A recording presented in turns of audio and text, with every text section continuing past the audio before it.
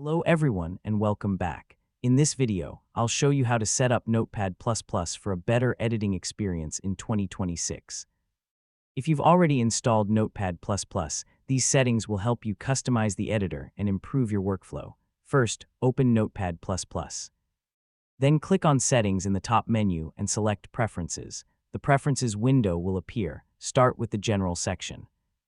Here you can keep the language set to English, which is the default option for most users. Next, click on Dark Mode from the left panel. If you prefer a darker interface, enable Dark Mode.